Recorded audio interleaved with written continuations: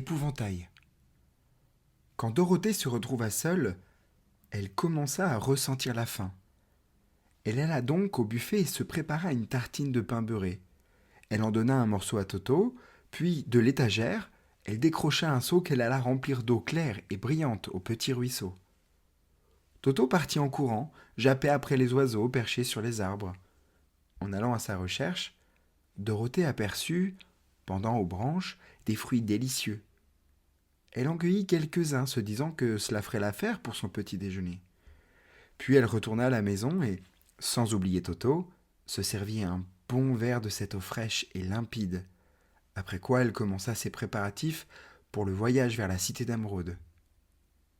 Dorothée n'avait qu'une robe de rechange. Mais par chance, celle-ci était propre et se trouvait accrochée sur un porte-manteau à côté du lit. Elle était en guingamp, à carreaux bleus et blancs, et si le bleu avait quelque peu passé à force d'être lavé, elle était encore très mettable. La fillette fit une grande toilette, passa la robe de guingamp et noua sur sa tête son béguin rose. Elle prit un petit panier qu'elle remplit du pain du buffet et le recouvrit d'un torchon bleu. Puis, elle regarda ses pieds. Ses chaussures étaient bien vieilles et bien usées. Jamais elles ne supporteront un long voyage, Toto, dit-elle. Toto la fixa avec ses petits yeux noirs en remuant la queue pour montrer qu'il avait compris. Au même instant, Dorothée aperçut sur la table les souliers d'argent qui avaient appartenu à la sorcière de l'Est.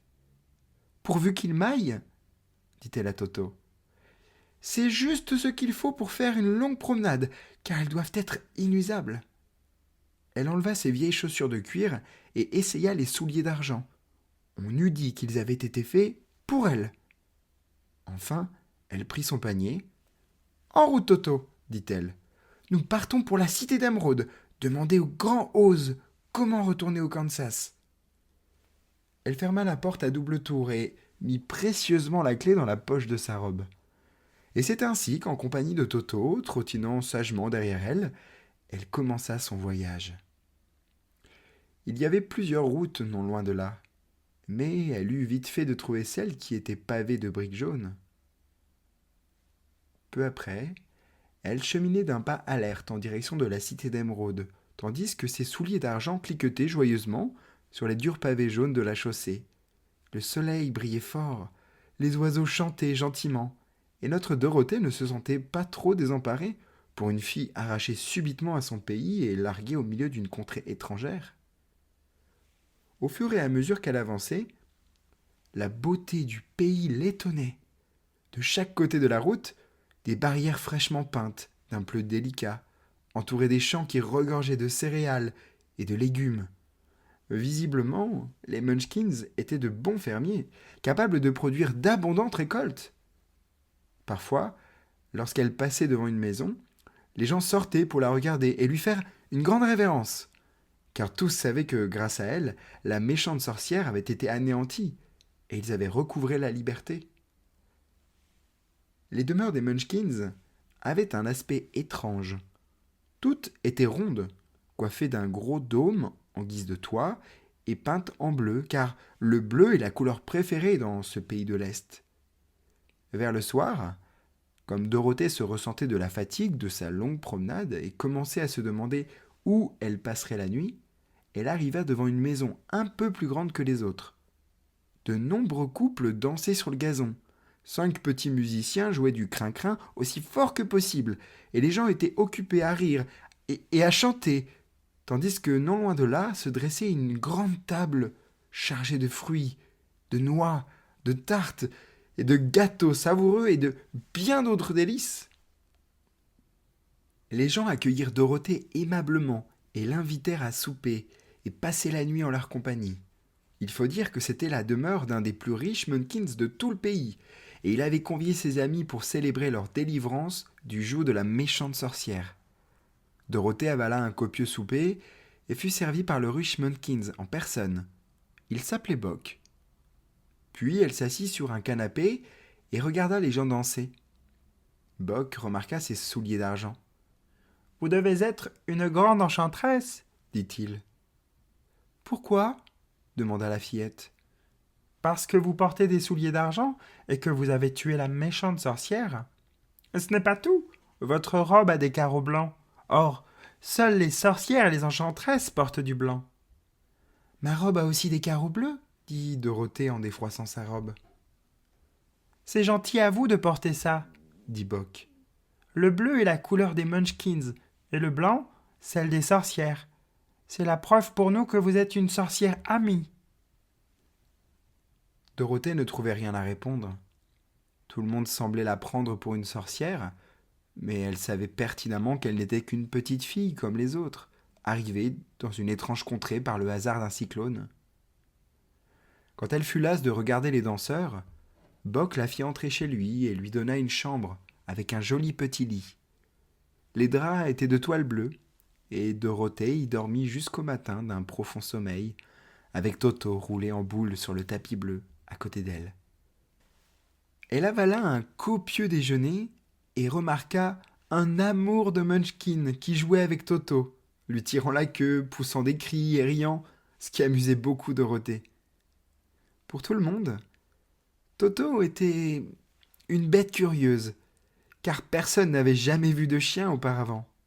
« Est-ce loin, la cité d'Émeraude » fit-elle. « Je ne sais pas, » répondit Boc, gravement. « Car je n'y suis jamais allé. Les gens préfèrent éviter Oz, sauf s'ils ont affaire à lui. Mais c'est loin d'ici et cela vous prendra des jours et des jours. Notre pays est riche et agréable. Par contre, il vous faudra traverser des endroits inhospitaliers et dangereux avant d'arriver au terme de votre voyage. » Voilà qui inquiétait un peu Dorothée. Mais seul Oz le Grand pouvait l'aider à retourner au Kansas. S'armant de courage, elle résolut donc à ne pas rebrousser chemin. Elle fit ses adieux à ses amis et reprit la route de Briques Jaunes. Au bout de quelques lieues, elle s'arrêta pour se reposer, grimpa sur une barrière en bordure de la route et s'assit. Un grand champ de blé s'étendait de l'autre côté de la clôture. Non loin de là, elle aperçut un épouvantail qu'on avait perché au bout d'un pieu pour éloigner les oiseaux du blé mûr. Le menton dans la main, Dorothée examinait pensivement l'épouvantail.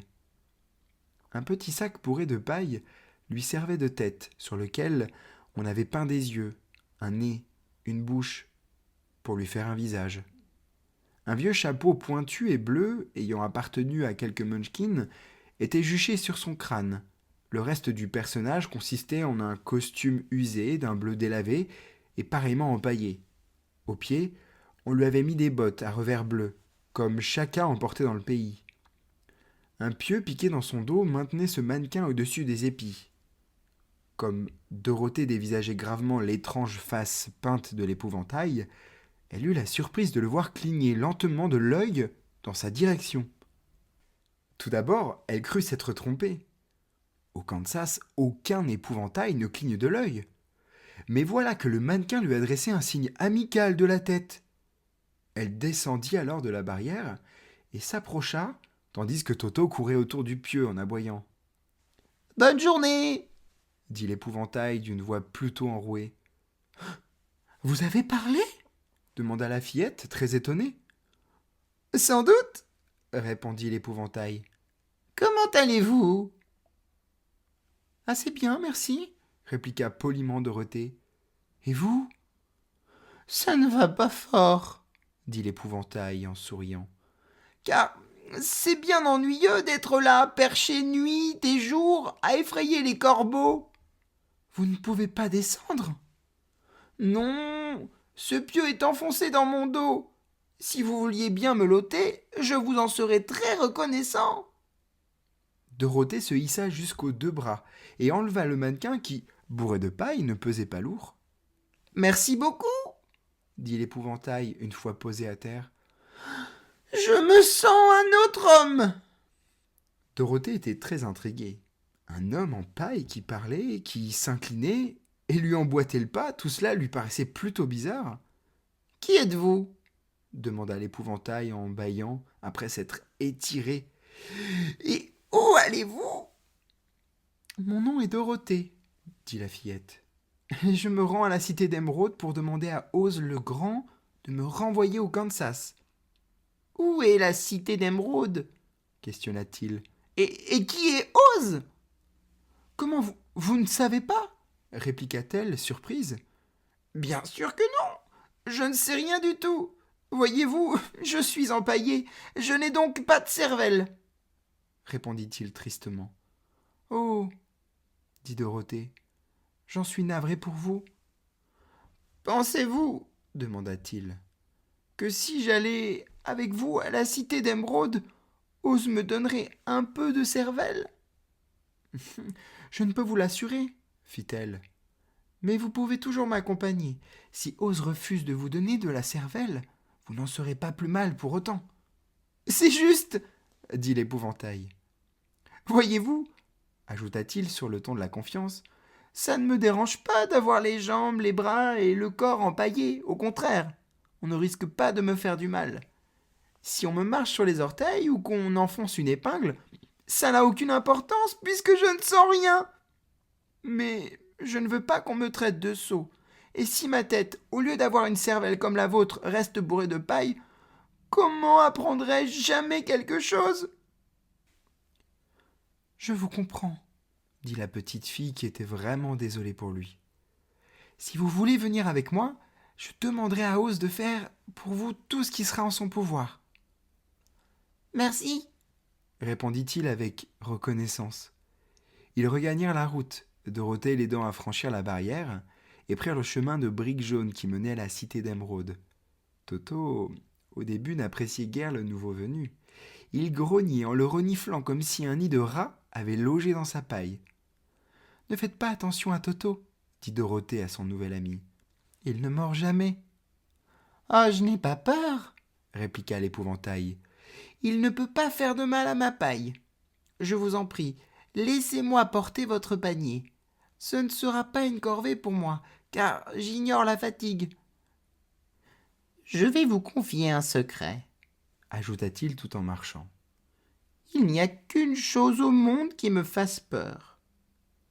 Qu'est-ce que c'est? Demanda Dorothée. Le fermier Munchkin qui vous a fabriqué? Non, répondit l'épouvantail. C'est une allumette enflammée.